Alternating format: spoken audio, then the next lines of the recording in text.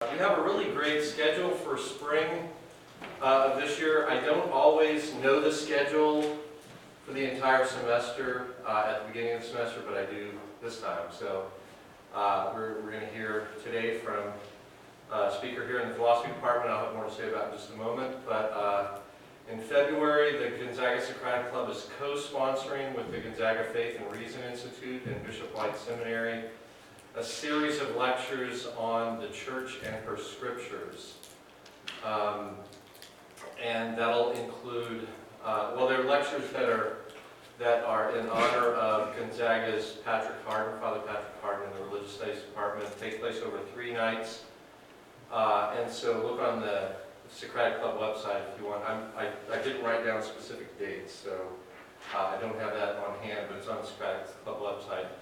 That's February, three speakers, 3 lectures. March, Brian Henning in the philosophy department is going to be speaking as part of a series of events on Pope Francis' encyclical Laudato Si, and we'll be talking about stewardship, and my colleague Dr. Doug Kreese is going to respond to that talk, and that's March. And then April, Matt Ringe in the Religious Studies department is going to talk about 3 relatively recent controversial films, Fight Club, American Beauty, and About Schmidt, as parabolic critiques of the American dream. So it's connected with a book that he has coming out from Baylor University Press. So lots of good stuff this semester. I hope you guys will come back. Thanks for coming today. I'll keep my opening remarks brief. There's a traditional dispute in ethics in the West about whether or not ethics needs to be grounded on a theological or metaphysical foundation. And if we combine that sort of traditional debate about, we can put it, can you be good without God, is sometimes how it's put. There's also a debate in phenomenology about phenomenology, at least an understanding, a standard understanding of phenomenology, that it was founded as a metaphysically neutral approach to doing philosophy. And that neutrality means, with respect to theological questions, that it is, as Heidegger said, atheistic, not meaning it's anti-theistic, but it is neutral with respect to the question of God. And our speaker today, William Tullius from the philosophy department here at Gonzaga, has been thinking about this question, especially connected with Husserl's founding of phenomenology, but we can see that it has some interesting broader implications for these debates, both about the nature of phenomenology and also about the nature of ethics. So with that introduction, Dr. Tullius, let's welcome him to the Socratic Club. Thank you.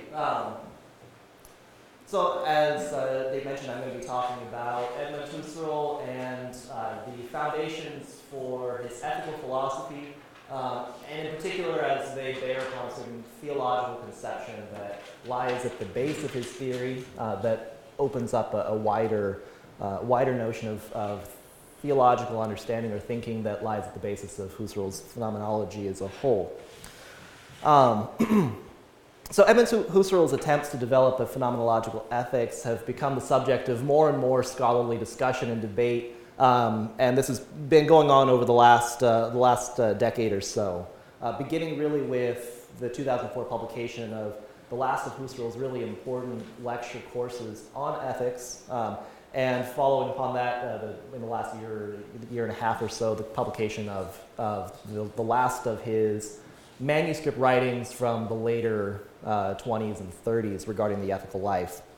Along with this increased focus on Husserl's ethics and his ethical thinking, which at the time of his death remained unpublished with the exception of two articles in a Japanese journal, the Kaizo. Along with the publication of this material comes a debate and increasing disagreement regarding the status of Husserl's ethics, insofar as they're thought of as, on the one hand, fragmentary, incomplete, and on the other, the question concerning their overall cogency as an ethical theory, particularly in as much as they consistently seem to refer back to and depend at some level upon the idea of God.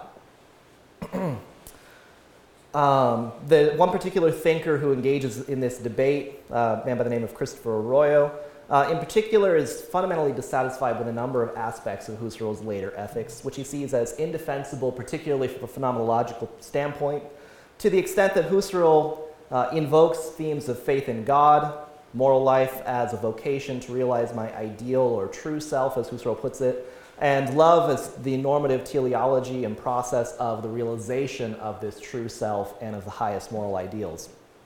On Arroyo's account, providing a systematic framework which will allow Husserlians to, as he puts it, fruitfully reconstruct or perhaps construct for the first time a Husserlian account of ethics can only be accomplished by doing away with what I would suggest are the fundamental points of Husserl's later ethics, and the points which are, given Husserl's own personal religious orientation, the most deeply Husserlian.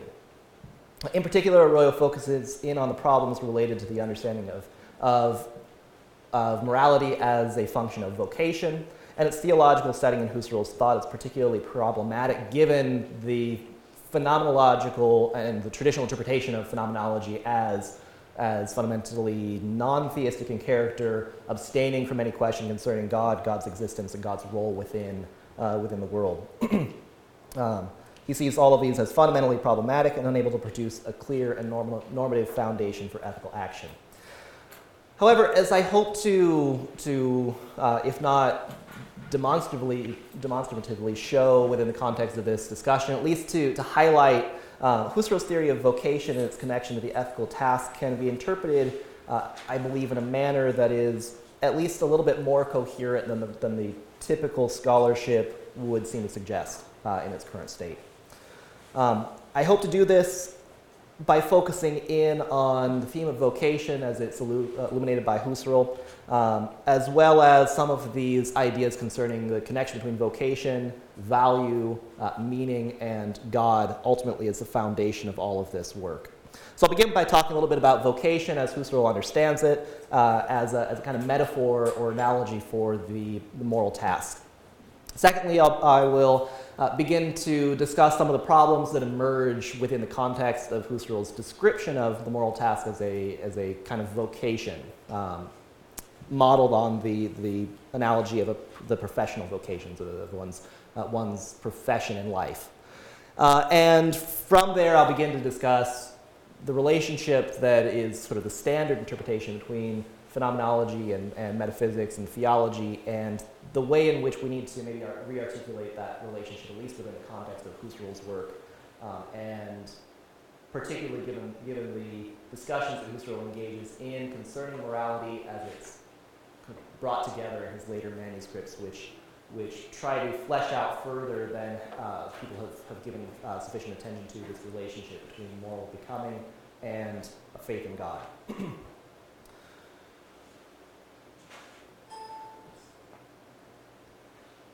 Husserl approaches the task of ethical reflection by way of a meditation on the metaphor of the professional vocation, or as it's described in German, a Beruf. Beruf being kind of an invocation of a notion of calling. Understanding the values as the correlates of acts of valuation, acts which are fundamentally describable in terms of a feeling of the loving desire for the value in question, Husserl comes to the realization that the normative force of moral values must be, in a very real sense, derivable from the acts of feeling, and particularly from the acts of love, which bring them to givenness in the first place. So the idea here is that for Husserl, we become aware of values only through feelings. Those feelings are themselves founded upon pre-volitional acts of love or of preferring one value over another. For Husserl, the choice of a professional vocation or of a profession in life is not a merely incidental or passing decision with no consequences for the course of one's life, but rather will set the stage for almost the whole of one's waking life outside of recreational time. In choosing a profession, we also choose, for Husserl, a certain form of life, or as Husserl would put a Lebensform, a particular way of living that revolves around certain practices, and they're always have certain values and the realization of those values in mind. So inasmuch as one's life is defined by a vocation, and moreover, inasmuch as the vocation is grounded upon an originary act of love for a particular range of values, one actively regulates one's life through the living out of the vocation informed by the vocation's specific guiding values. To the extent that one makes a choice to live according to a vocation, one's love for that vocation and its guiding ideas imposes upon the subject a normative, or we might put it in Kantian terms, a hypothetical ought to fulfill the demands of the vocation. In other words, behavior for Husserl is in some part dictated by the realm of value that one adopts, either, for example, being soldierly or being priestly. These values will regulate how one comports oneself, at least within the context of one's working hours. Now, Husserl in discussing the way in which the tradition of family life and the vocation to one's family regulates the sorts of goods which the family member pursues. He writes in the third Kaizo article for the Japanese journal to which he published a few ethical manuscripts. Under the manifold figure of such a form of life, we make an excellent type stand out, excellent through the peculiar way that a personal value decision becomes decisive for self-regulation of the whole personal life. The idea for Husserl is that in loving one's family and existing within a family group, this love determines and regulates the manner in which one comports oneself to ensure the proper flourishing of the family. This is, moreover, a self-regulation which will motivate the person under particular circumstances to place the needs or benefit of the family before one's own, to deny oneself certain pleasures or pursuits for the sake of the family, and to pursue certain other ends purely out of the demands imposed by the primordial act of love which the call to family life constituted in the first place. Likewise, if I love the values of being soldierly, then I will always shy away from any kind of personal actions which would fail to realize these values, or which would realize the negative value of being unsoldierly. It can be seen then that in the choice of a vocation, such a love for a realm of value gives life an encompassing rational goal, as Husserl would put it, and that this goal establishes a normative rule upon the life of the individual. Now, it's clear, however, from Husserl's writings that he's not intended to develop a normative ethics on the basis of professional vocations alone, as though simply talking about being soldierly or being priestly is sufficient to describe the whole course of moral becoming. Now, Husserl uses the concept of a professional calling as a kind of analogy or a metaphor for the moral life as such. Inasmuch as I choose an individual career on the basis of my value preference for a particular form of life and the values associated with that life, for example, values of medicine, law, architecture, etc., I enter into a particular vocation which imposes a certain degree of self-regulation being the key on Husserl's account to what moral life should look like. To the extent that I wish to be a doctor and live out the vocation of a physician, for example, I must regulate my comportment in keeping with the values and demands of the profession, so long as I remain within the profession-specific vocational time, as Husserl puts it. If I fail to do so, then I also fail to be a physician, or I act as a poor or unprofessional physician, which amounts to much the same thing. Inasmuch as the concept of a professional vocation serves to provide an example of a kind of individual self-regulation on the basis of one's preferring and opting for a particular range of values, Husserl sees in this a useful analogy for understanding the moral life as also a life of self-regulation on the basis of a loving choice for a set of values. The question becomes for Husserl, where the moral life is concerned, what values are at stake towards or around which I am regulating my life and all of the decisions that I make within that context. As James Hart, another Husserlian scholar, writes, the theme of vocation is a metaphor that joins with the numerous other metaphors that grapple with illuminating the thick, endlessly complex reference of one's self and one's life. The true self is a self whom I factually am not, but which I must necessarily become, ideally speaking. It is a purely ideal, irreal value essence which presents in its intention a certain task for me in a teleological direction of becoming, according to Husserl. I am thus never fully accomplished in realizing my true self. The moral task here becomes a kind of infinite task for Husserl. There's an extent to which we can say, moreover, that this notion of an ideal true self represents a vocation, a calling, in a kind of first personal sense. My ideal self calls to me, myself, in my factual situation, and asks or begs me to realize it. The complex interactions here between various senses of self represents an essential analogy for human personal existence, inasmuch as it illuminates a very definite sense in which, as a person possessing a teleological direction, and one which is normative for me in the sense of an end which ought in some sense to be realized, the self is inadequate to itself. It requires enhancement in the direction of perfection in order to become who I truly am in the sense of who I truly ought to be. Now, this notion is problematic for Husserl and for Husserlian scholars to the extent that I seem to be driven by an idea of myself which serves as a kind of infinite regulative ideal, but an idea which isn't really clear to me in its essential outlines. It might appear as though I am pursuing some esoteric idea of myself, or even worse, a kind of self-creation or self-poiesis in a strong existentialist sense, or a kind of Sartrean sense of simply willing and deciding out of the bare fact of freedom that I'm going to be such and such an individual, and this is my ideal. Now, Husserl wants to avoid slipping into this sort of an interpretation of the ethical task, and his tactic for avoiding this problem is to begin enlarging the concept of moral vocation in the direction of a kind of faith in God. The task of the moral life is thus for Husserl an absolute task, and absolute precisely insofar as it invokes this theological principle. So Husserl writes that the moral task is a matter of, quote, holding fast to the absolute ought that's recognized in one's individual vocation, and this is itself a kind of absolute willing.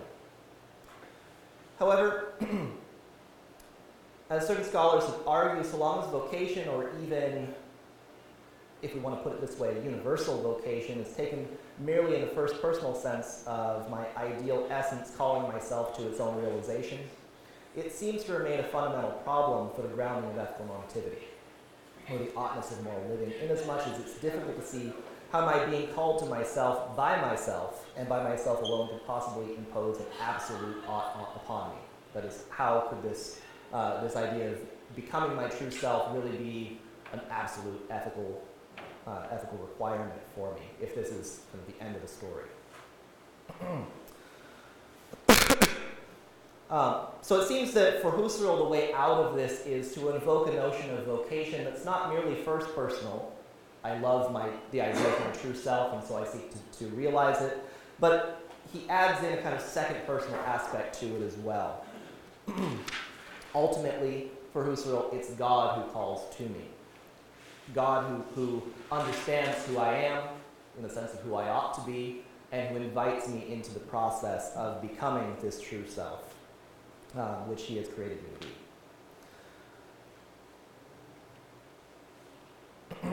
Now, Husserl begins to develop an understanding of how this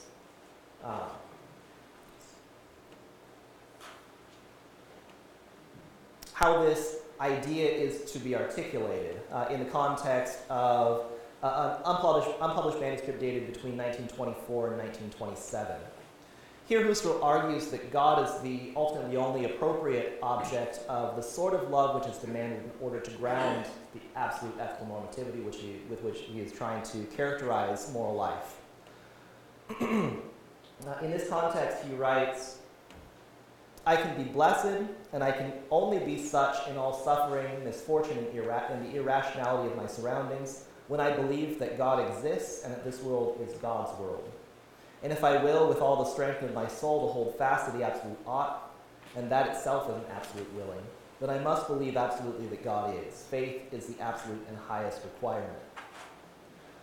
Now, for Husserl, I act ethically because of a love of God, a love for God, and the belief that God has arranged the world in such a way that it is only rational and right to follow out the ethical injunctions which my love of God imposes upon me, that is, to become the self that God has willed me to become.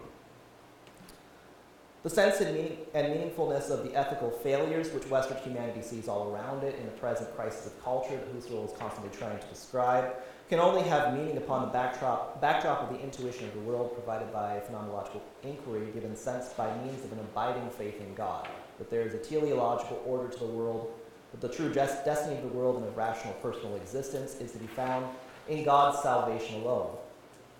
Husserl argues this further in his exposition of Fichte's moral philosophy in a lecture course given in 1917, where he writes that wherever we will to love something in pure love for its own sake, wherever it pleases us to will something purely for its own self, and wholly and not at all as a mere means, and it pleases us in a measure eternally exceeding all other pleasures, then we are certain that we have to do with an immediate phenomenon of divine being in the world, or as we can also say, an absolute value. Within this context, Husserl understands ethics as a personal duty to create a perfectly moral world order, a kind of kingdom of God on earth, which is the only thinkable absolute value and end of the world as such. As such, it is, however, the ground of the actuality of the world, that one properly understands the moral task itself within this sort of theological context of realizing religious and divine value in the world.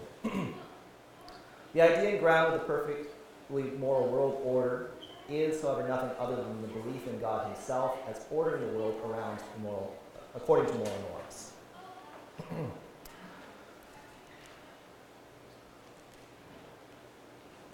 So attempting to develop an account of vocation within this theological and religious context where the task of each and every individual is a kind of realization of the kingdom of God on earth by willing the becoming of one's true self purely out of love for the realization of this value because God wills it so. Husserl's trying to articulate a theory of vocation as a kind of second personal calling. God calls to me. In this context, Edith Stein, Husserl's student, articulates much the same point in her essays on woman, in which she writes, with further elaborating on the Husserlian concept of vocation here, it is God himself who calls, it is he who calls each human being to that to which all humanity is called. So vocation isn't just on either Stein or Husserl's notion here, something that we fulfill individually without some sort of reference to what the rest of humanity is called to. But it's also he who calls each individual to that to which he or she is called personally. So vocation is something uniquely personal as well. It is in this sense in which one sees by way of faith that I am who I am is directed towards a particular ideal value essence, which is the true idea of myself as what I ought to be. But the analogy of vocation operated at the pre-ethical level in Husserl's thought as a stepping stone into a full articulation of authentic ethical self-regulation ceases to be an analogy. As a beruf or a vocatio, the vocation is a calling or an invitation. If it is a calling only to the ideal self, as a value essence to the concrete self, impelling the factual human subject to the realization of this idea, then this calling is the calling only in metaphorical sense. For a calling to be experienced as a factual call, however, it requires a caller who is other than the one who is called. So again, Husserl is trying to develop here the idea that ethical life really does depend upon a transcendent God who calls to me and invites me into the moral task. Now, as I mentioned at the beginning, certain figures, and Christopher Arroyo in particular, argues that the attempt to justify the universality and necessity of the absolute ought of moral life by turning to an account of each individual's inward calling of love, which is a reflection of the divine, is the result of Husserl's growing dissatisfaction with an ethics that relies on the categorical imperative as the central imperative. So Husserl is trying to break free of a kind of Kantian framework within which to understand ethical life and ethical becoming, and the result is a kind of turn to a religious reflection on the divine as at the center of ethical life. However, it's precisely this move which Arroyo considers to be unacceptable and problematic, particularly given the way in which Husserl has framed phenomenology and what phenomenology hopes to do. So in order to articulate some claim to coherence or cogency within the Husserlian framework of understanding philosophy as a whole and phenomenology in particular, and how this can satisfy the demands of being a phenomenological ethics, we need to turn a little bit for a moment to the way in which Husserl sets out phenomenology, some of the typical interpretations of what phenomenology is that follows from that, and how Husserl's own writings serve to challenge that interpretation. So as is well known, phenomenology is always concerned to be what Husserl refers to as a rigorous science in the most proper sense. This concern, which Husserl describes in terms of the drive to provide philosophy and human life in general with a genuine freedom from all prejudices, will subsequently condition the unfolding of Husserl's phenomenology in general. Freedom from prejudice, which will allow for genuine universally valid knowledge, requires, as Husserl writes, as the foundation of all proofs, immediately valid judgments, which derive their validity from originally presented intuitions. This leads Husserl to develop what he refers to as the principle of all principles that guides phenomenology from the start. It's the idea that every originary presented intuition is a legitimizing source of cognition, that everything originarily offered to us in intuition is to be accepted simply as what it is presented as being, and also only within the limits in which it is presented there. If we do philosophy in this way, then philosophy will succeed in developing itself into a genuinely rigorous and apodictic science as Husserl understands it. Now, what this typically leads us to is the idea that phenomenology as such requires, according to its basic foundations and its basic insights, that what is to count as genuine intuition is whatever is originarily presented within experience, and that we are to take that only within the limits in which it's experienced. Then phenomenology is, as such, something which must step outside of the demands or the impulse towards metaphysical philosophy or speculative thinking within philosophy. Within this context, Husserl even contributes to this idea and to this interpretation as he develops his idea of the phenomenological epoche, particularly in the context of Ideas 1. For Husserl, there we have to bracket out everything that is a transcendency, as he puts it. This includes the reality of the world. This includes the reality of the empirical ego. For Husserl, this also, most importantly for our purposes here, involves bracketing out the transcendence of the divine being.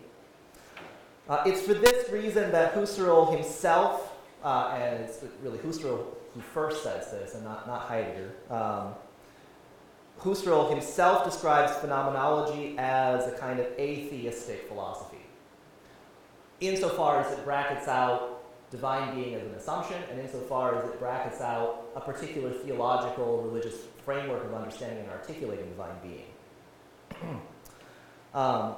So Husserl has written that even if phenomenology can provide something of a philosophical way to an understanding of God's essence or existence, it does so, as Husserl writes, only as a kind of atheistic way to God, a non-denominational, so to speak, or non-confessional way to God. However, as Husserl later explains to Sister Adalgundes Jägerschmidt, one of his late students, the atheistic approach to God in phenomenology involves, as he says, arriving at God, meaning without the aid of theological proofs or support. It's for this reason that phenomenology is usually characterized as being wholly non-religious in character, and it's also one reason, among others, as to why H. Stein, for instance, saw Husserl's phenomenology as incompatible with the idea of a Christian philosophy.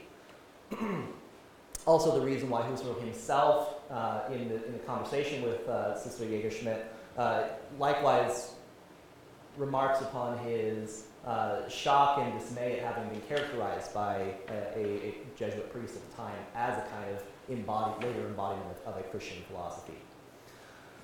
On the other hand, Husserl, in other moments of his work, does in fact demonstrate not only an openness to metaphysical philosophy, but in fact an openness and a foundational dependence upon Christian philosophy in particular, and Christian religious faith even more specifically. For Husserl, phenomenology is certainly not metaphysical in character, at least at its beginning point. For Husserl, phenomenology certainly seeks to displace metaphysics even, understood in the traditional Aristotelian or Thomistic senses, understood as first philosophy. For Husserl, phenomenology is first philosophy, not metaphysics. However, this does not represent a kind of closing of the book on metaphysics for Husserl. Rather, Husserl suggests that the order of philosophical questioning requires a reversal of this traditional ordering of metaphysics as first, other philosophical disciplines coming afterwards. Phenomenological philosophy must be pursued first, but subsequent to that, phenomenology should serve as a propedeutic to what Husserl refers to as letzte Philosophie, ultimate philosophy, or metaphysics. Here, metaphysics is understood as speculative and reconstructive in nature, where phenomenology is fundamentally descriptive. And from a certain perspective, deconstructive. Phenomenology is descriptive and genetic analyses focused on the sources of experiential validities insofar as they are open to experience, is capable of going only so far, as Husserl states explicitly. However, phenomenology's chief insights serve as leading clues for further speculation upon the interconnections of phenomenological realities which, descriptively, are not clearly connected, are not clearly distinct. This is the place for Husserl in which metaphysical theorizing becomes necessary. Husserl writes in a 1933 letter to Father Daniel Feuling, a Benedictine priest, that the theological question of God is the question that is in fact the highest and last in the systematic of the phenomenological method. He goes on to write that phenomenological philosophy as an idea lying in infinity is naturally theology. For me, genuine philosophy is ellipso theology.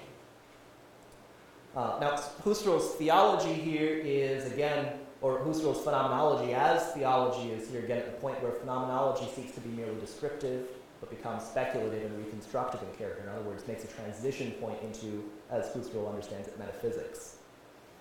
As he writes in a birthday letter to his oldest friend, Gustav Albrecht, phenomenology was to approach the questions which are to be considered the highest and most important for the life of the spiritually authentic humanity. These questions always direct us inevitably back to what Husserl writes as the teleology that ultimately leads back to transcendental subjectivity and transcendental historicity, and naturally as the highest of all, the being of God as the principle of this teleology, and the meaning of this being in contrast to the being of the first absolute, the being of my transcendental I, and the universal subjectivity that discloses itself in me.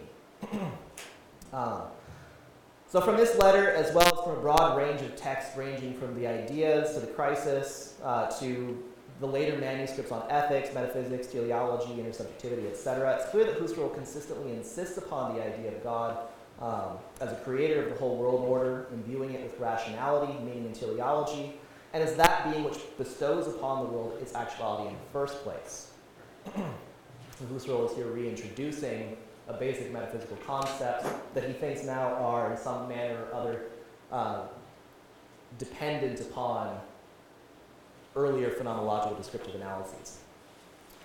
Now, bringing this discussion back to the context of ethics and Husserl's articulation of the ethical task, Husserl discusses the idea of God as the entelechy of a teleological development on a number of different phenomenological levels, namely in connection with a phenomenology of what he refers to as the hyletic dimension of all sensuous intentionality, the implicit teleology embedded within all experiencing, and with respect to the harmonization of the intersubjective community of monads. Now, Husserl's position here, to simplify things a little bit, is ultimately that every perception, every noetic act of thinking ultimately has as its basic material certain sensuous contents, which he refers to as the highlight.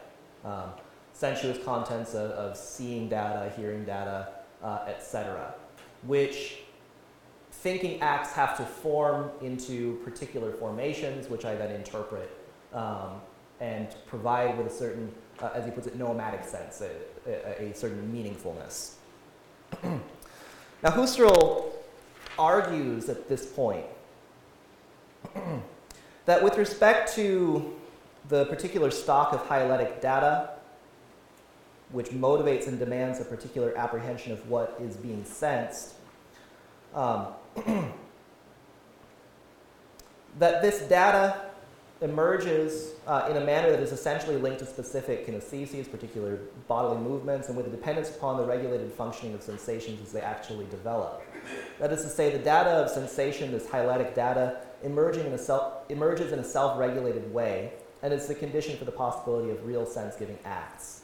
Thus, as Husserl writes, if the sense data were suddenly to begin appearing in a muddle, if our visual field were suddenly to be filled with a confused muddle of colors, the kinesthetic motivations would lose their force.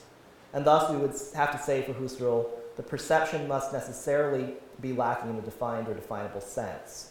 Moreover, Husserl begins to articulate here the idea of the sensuous data of our experiencing as itself already embodying or containing within itself a kind of embedded teleology or teleological direction, or as he puts it, a kind of intentionality prior to any explicitly subjective intentionality.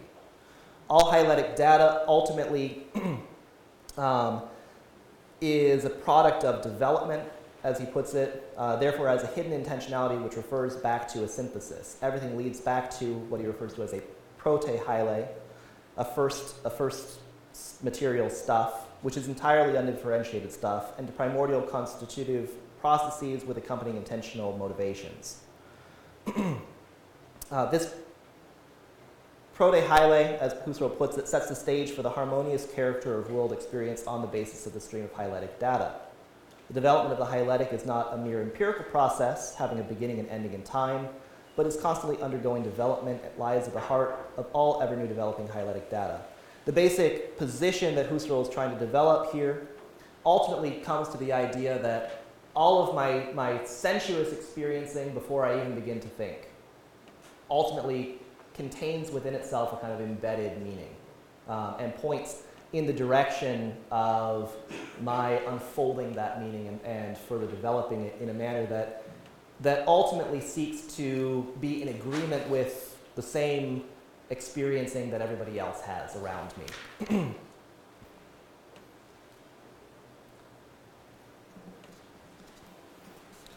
Now, in order to make sense of this, the manner in which sensuous experience seems to have this directedness embedded within it, a directedness towards ultimate harmonization of subjective experience and ultimate harmonization of the discrepancies with which I see an object, you see an object, everybody else sees the object.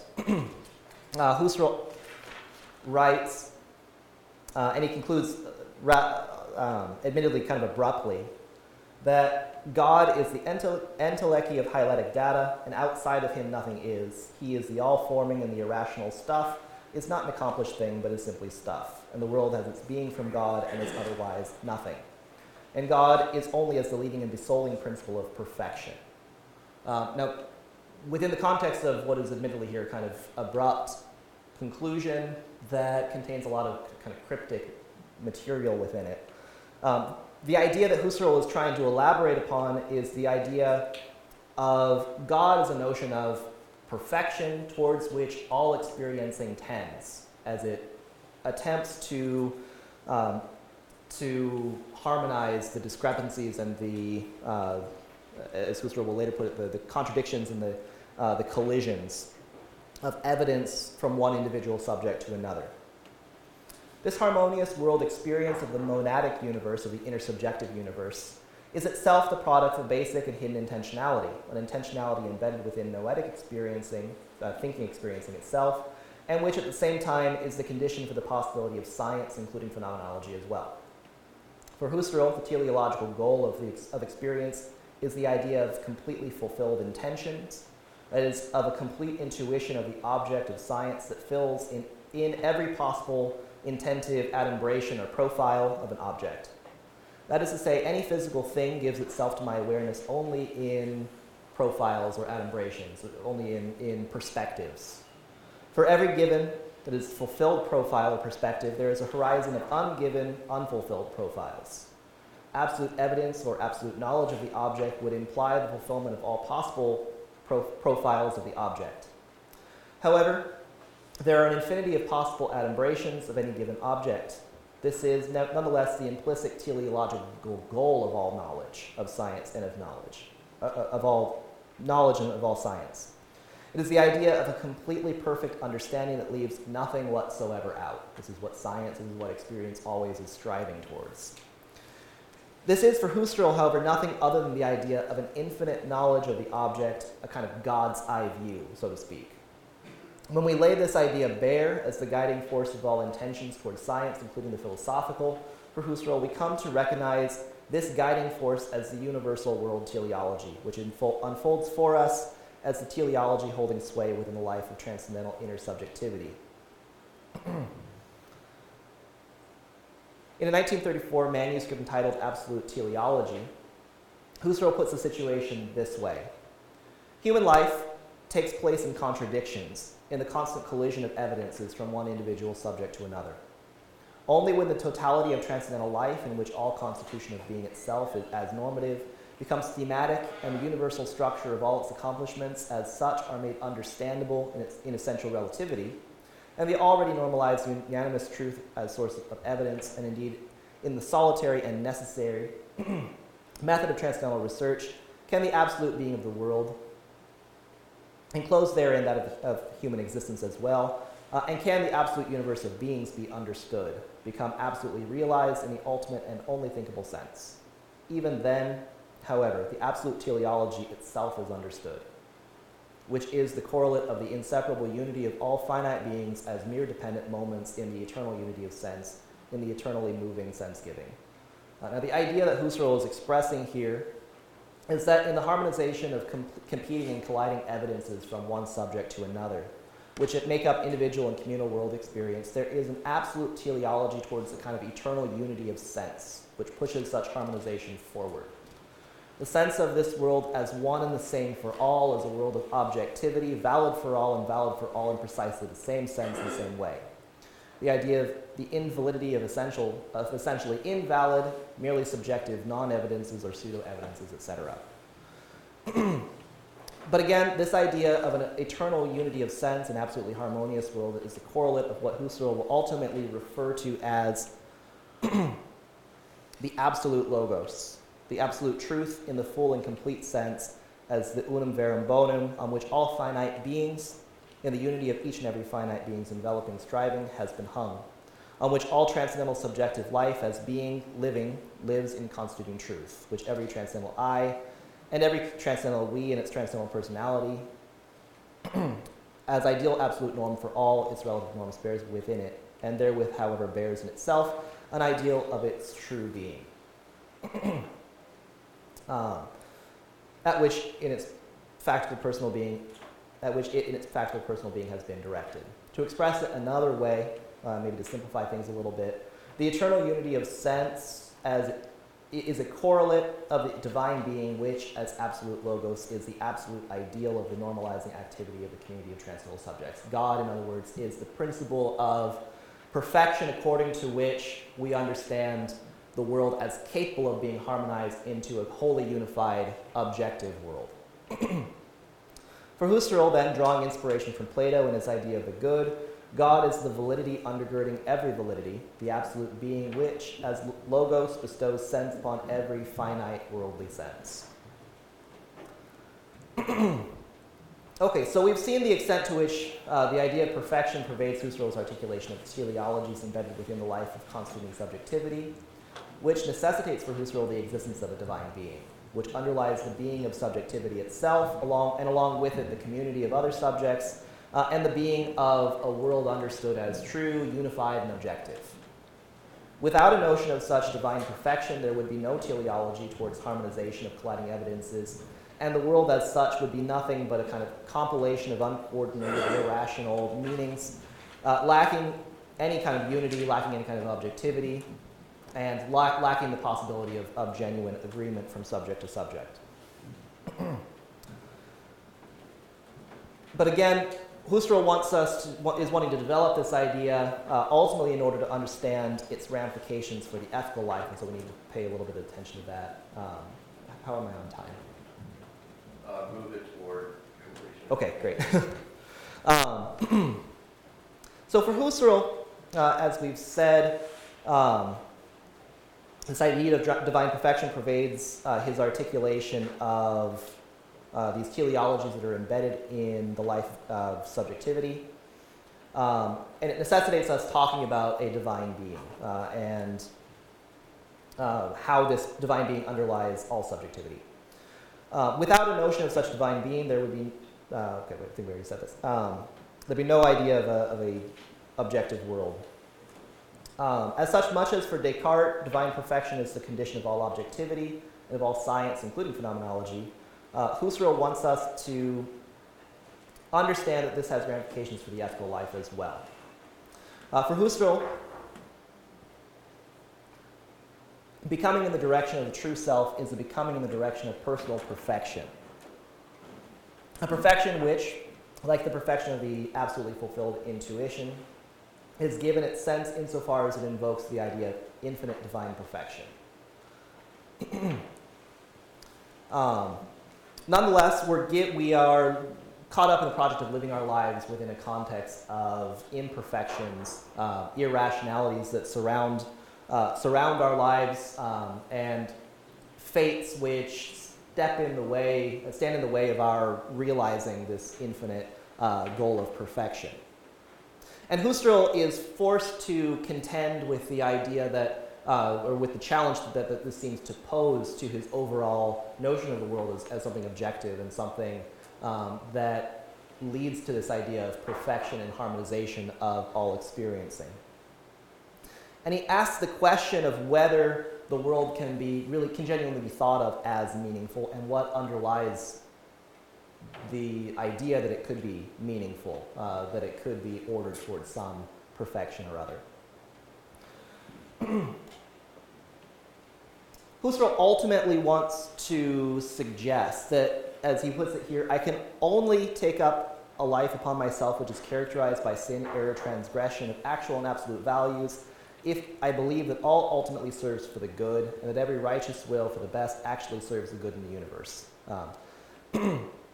This involves a kind of faith in God, as he suggested towards the bottom of this quotation. And he says, in order to know the workings of God, I must already believe in God. In order to believe in myself and my true I, my true self, and in a development thereupon, I must believe in God. And by doing so, I see the divine governance, the counsel of God, the admonition of God in my life. In order, in other words, for the world and the ethical task to make sense, I must believe that the world is guided by a divine providence, that all works for the best, and in doing so I discover the divine will for my life and the idea of my true self. Now, while some thinkers have suggested that here Husserl is arguing in favor of a kind of Kantian rational faith, where faith in God is a kind of necessary postulate of my wanting to hold on to the idea of morality, hold on to the idea of a kind of rational normativity in life. Husserl is, as other scholars have argued, really not trying to go quite in this direction. There's less Kant, as I would suggest here, than there is maybe Anselm in the form of Husserl's faith in divine governance and providence over the world, and in the necessity of faith. The world becomes full of sense for Husserl, full of meaning, only where faith has preceded understanding. Or as Anselm puts it, I believe in order to understand. This faith, moreover, is given content in positive religious experience and revelation for Husserl. The idea of a perfectly realized true self is not only the idea of a conceptually empty notion of divine perfection, nor is it the equivalent of a mere Kantian regulative ideal. Rather, it's the idea of Christ, the God-man. As Husserl writes, the true self must be one permeated by a life of value and acting from absolute love, and this love finds its exemplar in, as Husserl explicitly puts it, the infinite love of Christ for all men and the universal love of humanity, which the Christian must awaken in himself, and without which he can be no true Christian. The fundamental exemplar of the ethical life and of ethical love, then, is to be found for Husserl not simply in the idea of the good devoid of any content, as the Platonic good, for instance, but is to be found precisely in the person of Christ himself and in the form of life which he establishes as the highest moral and religious exemplar. In an unpublished supplement to the Kaizo articles, Husserl writes further that Christ himself stands for me there as himself the perfectly good man. The person of Christ mediated through the Gospels and through the epistles of St. Paul provides for Husserl the positive content of the moral law and the moral world order, the practical manner in which values become informed in their normativity by the love of God as Christ in the proper manner of the Christian.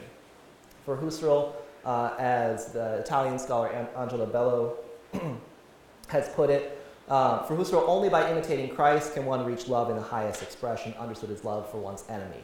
This is love par excellence, and is distinguished in the purely human community of love. Okay, so I've tried in the time that we've had at our disposal here to articulate an understanding of how Husserl situates ethical responsibility in the first place within the context of vocation. Vocation that has to be understood as my responsibility and my obligation to realize in my own life the highest ideals of myself, understood as a kind of ideal value essence. Now, as Husserl suggests, however, it's not enough to think of this value essence as either constructed on my part in a kind of purely volitional way, nor is it enough to think of this ideal self as a mere ideal that calls to me and that it alone calls to me. But rather, we have to think of vocation as second personal, as the call on the part of God, as Husserl wants to put it, to myself to realize this goal. That is, that God, in other words, has a plan specific to me, that he is asking me to realize as the condition for my becoming a virtuous, moral individual.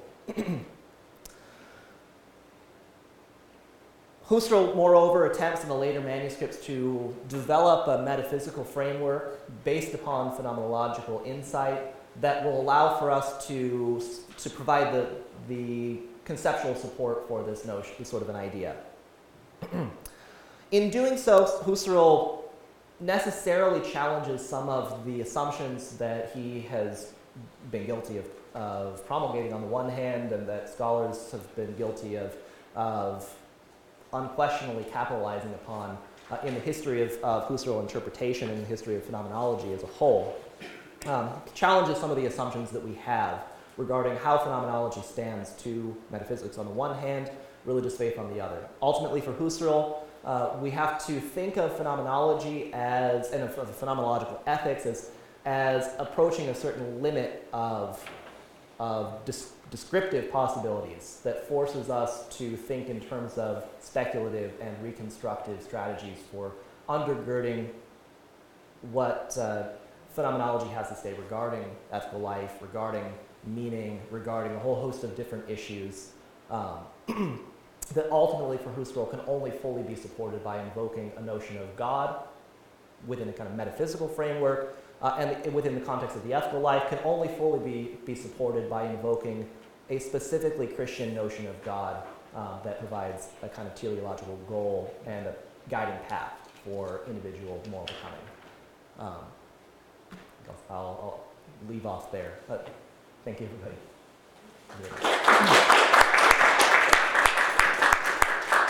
It's our practice at the Socratic Club often, almost always, to have a commentator, respondent, and Dr. Dan Bradley of the philosophy department is going to have a couple words about the talk here. All right, well, thank you. I definitely like this tradition of the Socratic Club of having a formal response to a talk. Unfortunately, I'm not able to do that. I have nothing prepared, and the reason reveals not only my ignorance and laziness, but also what I think is the interest in Dr. Tullius' talk. So let me explain why I don't have a formal response. And this is to highlight something that Dr. Tullius mentioned, but modestly didn't emphasize. And that is that the work he's doing here only was published in German a year and a half ago, and has not yet been published in English. So I didn't have access to Dr. Tullius' manuscript, and I certainly don't have access to the writings on religion that he introduced us to here in Thinking About Husserl. So I think it's a very, very interesting project, and I'm really thankful to you and grateful to you for introducing these ideas to us. So instead of giving a response, maybe I'll just ask the first question. Sure. Set it up a little bit from my expertise in the phenomenology of religion as it really has been practiced in the post-World War II, and maybe more among the French than among the Germans. So the tradition that I'm indebted to is very much indebted to Husserl. But the way we usually tell the story is that Husserl did a great job giving us a method for thinking about uncovering truth, but he doesn't give us anything like a philosophy of religion. In fact, sometimes we say that Husserl was in some ways the sort of last great Enlightenment thinker for whom religion was a kind of a subject that we don't talk about in polite company, right? Yes, of course there's a God, but it's not going to come into our politics, it's not going to come into our philosophy, it's not going to affect anything about our life. And that's a criticism that anyone in a sort of postmodern or pre-modern tradition might have of Husserl. And I think what Bill's doing is very interesting in trying to resuscitate and hopefully a more accurate view of Husserl, in which that's not the case, in which a philosophy of religion plays really a crucial and important role. So I would ask the question this way. For my tradition, the people who find Enlightenment modernism insufficient in terms of thinking about the philosophy of religion and have tended to think of Husserl as falling into this tradition as well. The problem really is that of Kant and Kant's philosophy of religion. So this might be a little bit of a caricature, but we could say within the text, religion within the limits of reason alone. Kant gives us a kind of view of religion such that religion's fine. You can have incense and steeples if you like, as long as your religion does nothing but help motivate people to follow the categorical imperative. If it teaches them how to follow the rules that are already priorly established through the use of reason alone. And so the way that the debate gets articulated tends to be the relation between faith and reason. And the people in my tradition tend to have a worry that Kantian religion as a kind of reason becomes a kind of imperialistic project that colonizes faith and doesn't allow for any place for alterity, for any kind of otherness. And in particular, so this is true of secular thinkers as well as Christian and Jewish. Derrida is one of the most important, although his work springs from Levinas before him and Kierkegaard before that. And the question is, what is biblical religion going to teach us about divinity that philosophy can't? Or is philosophy going to have a kind of humility that's going to open itself to its own potential limitations? And Kierkegaard famously gives us the story of Isaac and Abraham as a paradigmatic case, which is the ethical case. Right? Is there a case in which we could be called to, by divinity to do something that seems to our reason, that can't be explicable in terms of reason? And so I guess, Bill, what I would just ask that you could take my time and tell us a little bit what you think about this criticism that the imperialistic pretensions to reason that fail to recognize its boundaries in the particular context of biblical revelation. Do you think Husserl has a place where philosophy can come up against its limits and be open to inspiration, particularly maybe in terms about thinking of ethics that can be inspired by biblical faith? Okay, yeah, sure. So Husserl is you're very correct in pointing out this fact that Husserl is always thought of as being, in one sense or another, his last gasp of Enlightenment reason prior to the kind of collapse of everything in the beginnings of World War II and its aftermath. And part of the motivation for that interpretation is, as I would say, it's Husserl's own fault, because he does seem to express these sorts of ideas. He does always, when it comes to religion, keep his cards close to the vest, so to speak. And you really have to, in certain instances, read between the lines, and other instances, look to the non-published material, within Husserl's life, the non-published material, in order to get Husserl in his most personal and, within that context, most deeply religious moments. Now, Husserl expresses in a letter to a friend, I can't remember who at the moment, but expresses the idea or he gives kind of a personal biography when it comes to his intellectual development, and particularly what it is that brings him to philosophy.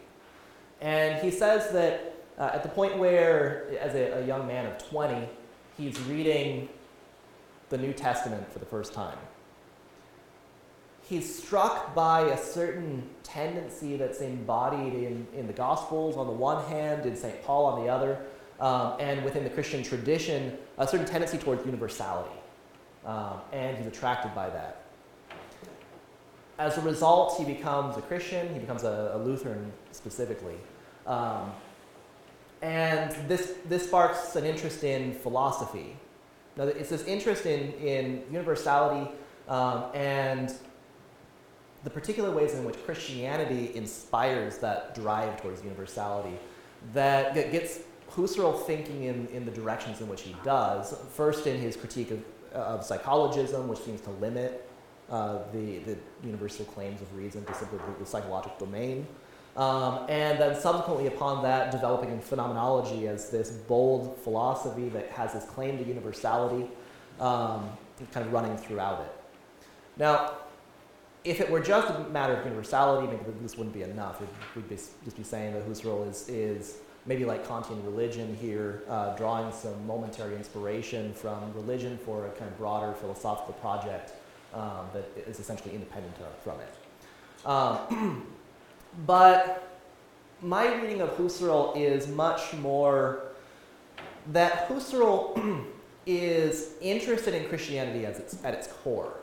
And that the reason why he does philosophy in the manner in which he does is because he's interested in Christianity at its core. What Husserl is really trying to do and why he often expresses things in the manner in which he does is something that I would articulate as being very closely related to what Anselm is doing in the Proslogium. So Anselm attempts to provide an argument for God's existence that could even convince the fool, even convince the atheist who says in his heart there is no God. But the manner in which Anselm has to do this is by specifically bracketing out faith, reducing things to the standpoint of pure reason alone. Now, Husserl is also trying to do the same thing, and he says it explicitly in his conversations with Sister Adelgundius Jägerschmidt towards the end of his life, that his project is one of bracketing out faith so that he can lay the rational foundations for us to ascend towards faith in God. And he says that this would be something really dangerous to him, or dangerous for him intellectually and religiously speaking, if it weren't for the fact that he is so deeply convicted by Christian revelation in the first place. So Husserl is one who is open to religious faith and for whom religious faith provides a certain impetus for him to even enter into philosophy, for him to frame philosophy in the way that he does.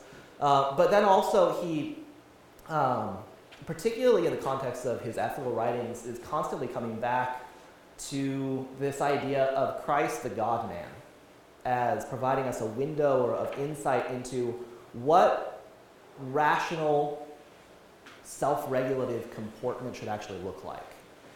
If the idea is that morality is about realizing my own true self, what should that true self look like? We can't really conceive of the true self in a kind of pictorial way, or where it's clear and distinct. We understand all of it in its totality. But rather, Husserl seems to think that we get certain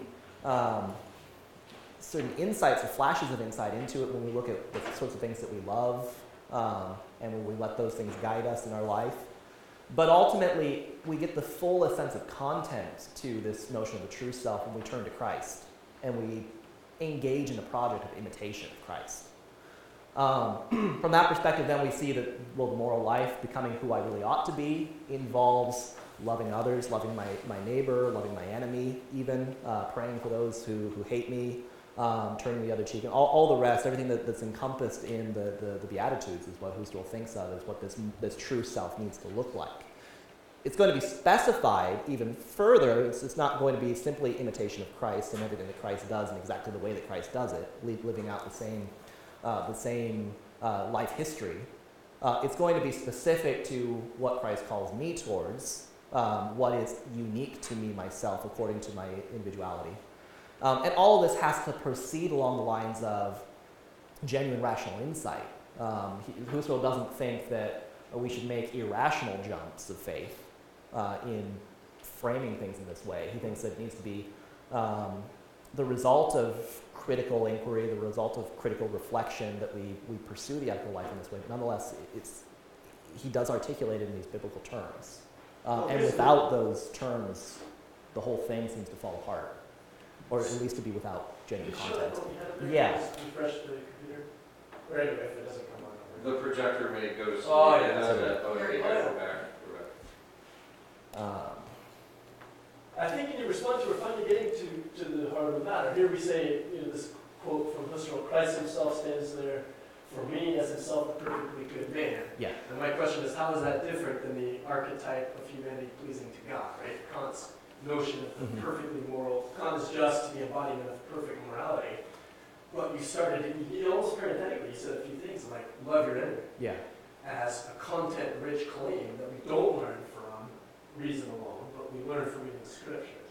And this is an interesting one, because it's Freud who says it's immoral to love your enemies, because it's precisely because it's something so far outside the limits of what can be rationally understood. So I think this is helpful. You're saying that there are content-rich things that we learn Yeah. in outside of philosophical. Right. And the question for Husserl is not whether we draw these sort of content-rich insights from revelation, from the biblical heritage, but how do we go about doing it in a manner that is philosophically non-problematic. Now, Husserl does accept a lot of the Kantian framework for understanding the limits of reason and what reason needs to try and accomplish as it pursues its critical investigations. And so Husserl even will conceive of the whole project of philosophy along the lines of a critique of reason, critique of practical reason, critique of judgment, in the manner that Kant does. But on the other hand, to the extent that Husserl, going back to the principle of all principles, wants to say that we need to accept as valid every experience that is given to us originarily, so long as we accept it within the limits with which it is given. For Husserl, and Husserl, he says it explicitly in the Ideas, this means that we have to be open to the content of religious faith to the extent that this is a phenomenological given act and that it has a certain content. And we have to be faithful to what that content is. We can't exceed, so long as we're doing pure phenomenology, we can't exceed the limits of what that experience gives us. But nonetheless, that experience does involve a kind of intention towards the divine, an intention that isn't at least fully unfulfilled. At least mine, I guess we better let people have their say. I'll ask you a question that picks up on that. Bill, one way to pick up this idea of exactly what is it about Christ and what is it about going beyond Kant, I think immediately of I think it's a footnote it's in the main text in Kant's grounding for the metaphysics of morals, where he says, even the Holy One of the Gospel admits that he has to be judged by the concept of good. Well, wait, it seems like that's religion within the limits of reason alone. Right. We would even measure Christ, the God-man, and say, well, we have our objective conception of the good, and we determine whether he meets that conception or not. But another way of thinking about the alterity of the incarnation is that we have to be open to the possibility that God is going to reveal himself in Christ in ways that shock and exceed, maybe shock, but certainly exceed our rational expectations. I wonder if you could say something about that. Husserl seems to be, the particular role that he seems to be assigning to the person of Christ here it's not the Kantian manner of interpreting this whole situation where we have this idea of the good, we look at Christ and we say, yeah, that seems to line up. And so we can accept the Christian example as also good. Well, critically, it's not a matter even of lining up, it's that the good transcends even the person of Christ and the Godman. Right. Husserl is going to... The particular tactic he seems to be taking here is that the idea of Christ provides further specification to the idea of the good. That the idea of the good is something that is, it's general, precisely in its generality, it seems to lack determinative content, at least sufficient determinative content for me to really derive much from it, practically speaking. On the other hand, if we, rather than looking at the idea of the good, if we look at Christ, we get the idea of the good that actually gives us concrete material to work with. Right. If I want to be good, I don't just be good in general. I love my neighbor. I love those who hate me. I turn the other cheek.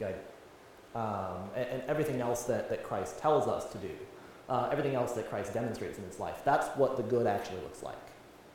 And so Husserl seems to be going in a very different direction there from what Kant would try to do there. If I'm reading that passage right too, it's not only that Husserl's departing from the Kantian approach, you can trace it all the way back, you mentioned Plato. Mm-hmm. You can see that Kantian formulation is a way of answering the Euthyphro dilemma, right? Where we say, well, which is fundamental, or depending on how you're thinking your metaphors here, which is ultimately, absolutely transcendent. Right. Both Kant and Socrates and the Euthyphro are going to say, well, the good itself is what's transcended. And would it be correct then that Husserl is not merely saying that Christ and the good line up, as you said, but that Christ is transcendent too? Well, I would say it depends on how we want to put it. Ultimately, I think that Husserl is trying to take a tactic that actually identifies the two in some sense. Christ is the good. That's a standard answer at least in the Christian tradition. Right. And so from that perspective, I think Husserl is very much caught up in that Christian idea of Christ and goodness being the same thing. Which allows you to undercut the Euthyphro dilemma. Right. And so Husserl is, in that connection, really trying to suggest not that there is, that rather than saying the good is something transcendent to Christ or Christ is something transcendent to the good, to say that the good is something that we intend or that we profile, adumbrate from a kind of philosophical perspective. And that philosophical perspective of profiling the good is purely general and from that perspective devoid of a certain content that is sufficient to be a really genuine guide or definitive guide for my life. Christ is, when we think of Christ in terms of revelation, we're provided with a kind of religious profiling of the good. And now when we have the benefit of revelation, we see the good looks like this, it looks like Christ. I think that's more the direction in which Husserl is trying to articulate the relationship here between faith and reason, Christ and the good.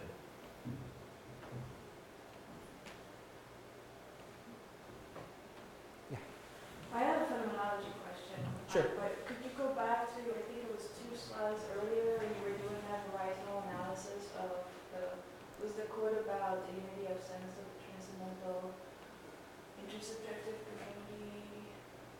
I'd have to read unity, that's for sure. I think Maybe farther back. Maybe far back, yeah.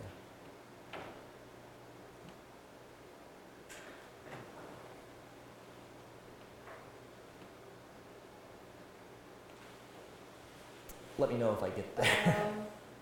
I think, wait, that's too far back. Too far back? Mm-hmm. Go one. Hold on, I think.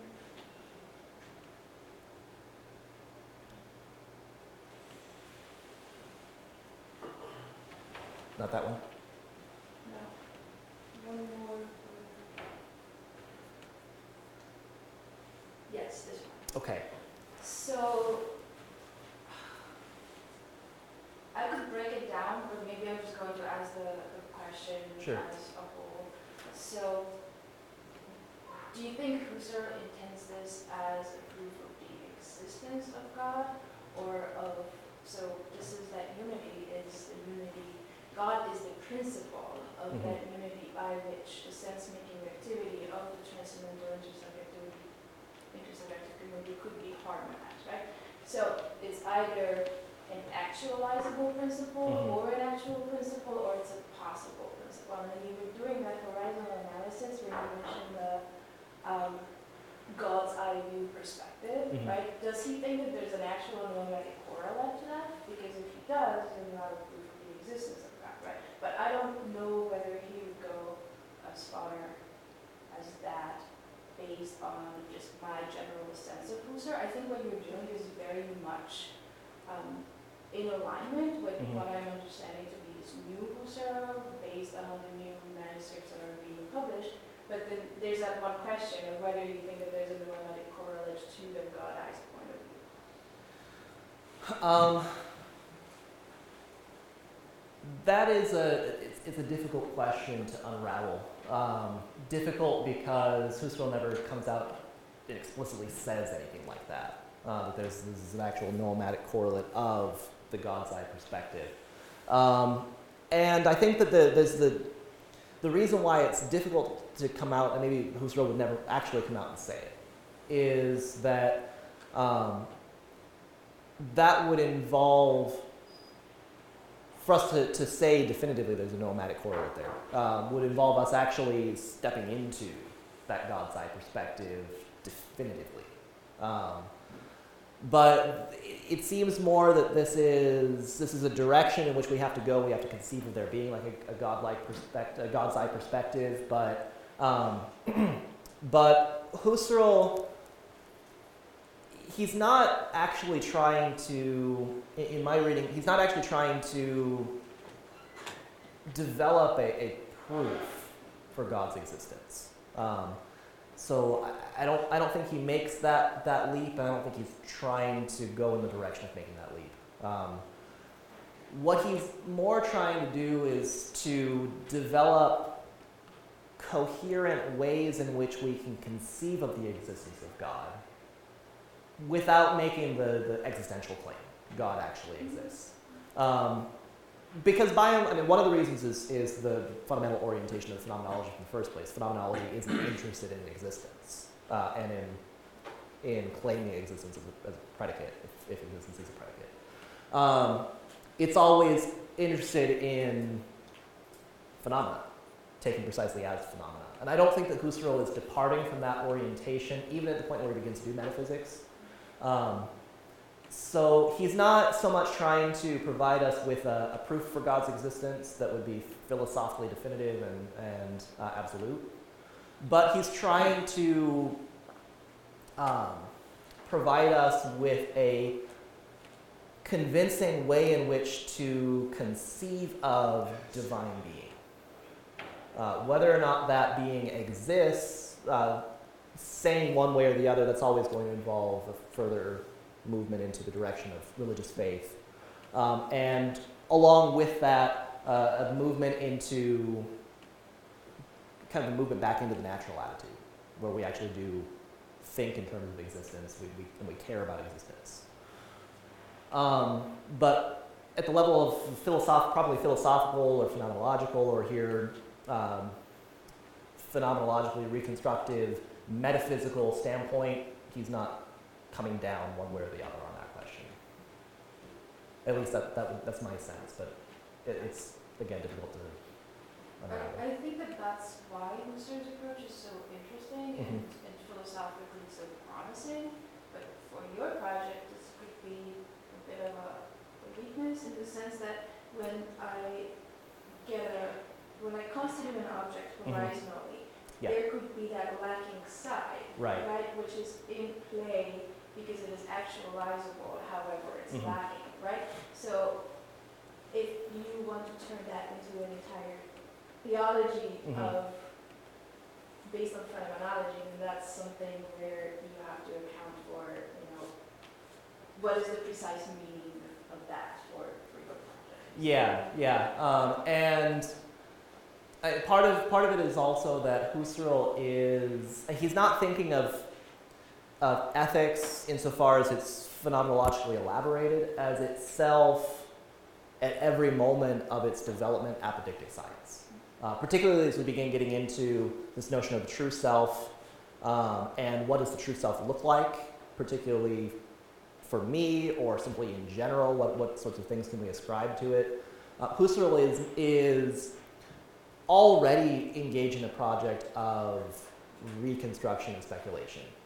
At a point where we get God involved also, we are at the limits of phenomenology and entering into kind of metaphysical speculation. That's something that Husserl himself is ready to admit to. So yeah, getting a theology and a phenomenologically elaborated theology involved here is definitely something that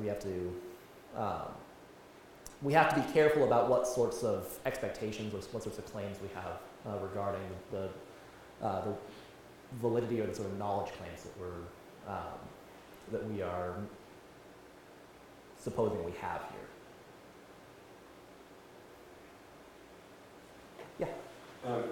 So Husserl, from what I take from the lecture, seems to claim that Christ is being with a series of functions or like uses for humanity and religion, but I am not familiar with Husserl, and I didn't see him claim that Christ actually had to be alive for any of this, so a living presence in the lives of Christians. And I was wondering if Husserl ever mentioned that question or was concerned with that, because it just didn't seem to show up in that.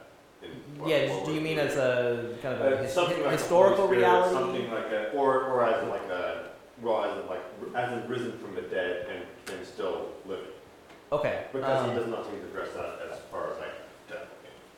Yeah, and he doesn't ever, at least so far as I have seen, he doesn't ever come out and say anything with respect to that question. And he doesn't seem to also derive a whole lot of content from what does it mean for Christ to be a resurrected Christ rather than just a historical figure who embodied these sorts of ideas or values and died on a cross, and that was it. To that extent, then it seems like you can still make a case for a Kantian reading when he talks about Christ. Well, he doesn't never comes out and talks about the resurrection, and so that's true. On the other hand, the whole idea of talking about Christ is talking about Christ as God-man, talking about Christ as Logos. That, at the very least, tacitly would invoke or direct the mind back to these ideas of resurrected Christ or glorified Christ and all the rest. But at the same time, he doesn't address resurrection. He doesn't address Christ's enduring presence with the church through the ages in an explicit way, or seek to derive much from those ideas. And part of it is that Husserl is, when he's referencing Christ here, he's really trying to elaborate upon what he sees as central to the Christian message, which is the idea of love and how that pervades the whole ethical project. He doesn't get involved with too much else in terms of Christian doctrine beyond that, at least where the ethical writings are concerned. So it's difficult to say too much more than that, or to draw too much more out of Husserl than that. Yeah. So even though his references to the risen Christ maybe weren't present in his writings, as a professed Lutheran at age 20, he would have had that as just a basic understanding. Yeah. And I think it would probably be embedded in the understanding of any Christian, Yeah. perhaps. I would imagine that he wouldn't have even thought of, or it wouldn't have been essential to bring it out. Yeah. More than that, since he was surrounded with Lutherans. Yeah, I think that would be not just surrounded with Lutherans, but also so many of his students are becoming Catholic. So many of his students are already Catholic. A lot of his colleagues within the philosophical world are likewise of that religious orientation. So for Husserl, I think he doesn't think to raise this as this is an added dimension which we could talk about in relation to Christ, and maybe should talk about in relation to Christ. And maybe from the perspective of a theologian, that's maybe a little bit disappointing. Might be interesting to see what Husserl could get out of the idea of a resurrected Christ, and in addition to what he already has, the idea of a God-man. But he doesn't go there. Don't you think he was kind of smart, though, to keep his cards close to his vest at a time when, I mean, honestly, in the world of philosophy, if you go out, with a very open idea of your own Christianity, people are going to discount you on many levels. Right. There's, and one of the reasons why I would describe Husserl as a kind of Anselmian here is that to the extent that Anselm is trying to go out and convince the atheist that there is a God, you have to think there's a God, otherwise you get yourself involved in basic irrationality. Husserl likewise is trying to develop a philosophy as rigorous science that anybody who's anybody can admit to. But he thinks that as we pursue this science, embedded within it are these teleologies that pertain to reason itself, teleologies that pertain to the sense content of experience itself, that ultimately lead us back to God.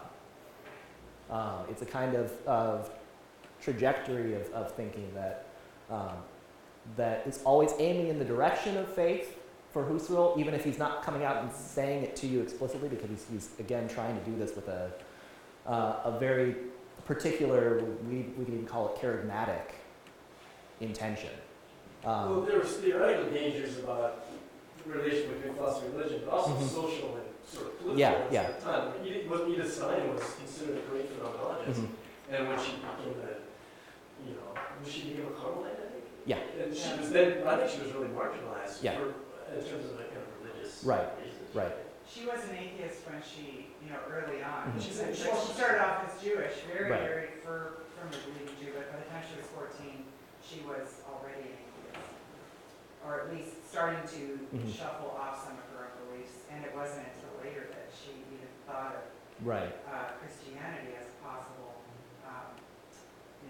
And it's too bad for her, because philosophy of religion just blossomed in the later 20th century in the continental tradition. And her work is coming back into focus. There are more and more books that have a genuinely philosophical, scholarly eye towards what Stein is doing there, and not just a kind of hagiographical interpretation of Stein as saint who happened to have done some philosophy along the way. So she's becoming more important and more recognized at least within early phenomenology and studies of early phenomenology. And I think it was her studies that also really, got Pope St. John Paul II going with his kind of turn, not necessarily turn, but the inclusion of phenomenology along with his Thomism. But it was her writings that really did inspire him initially.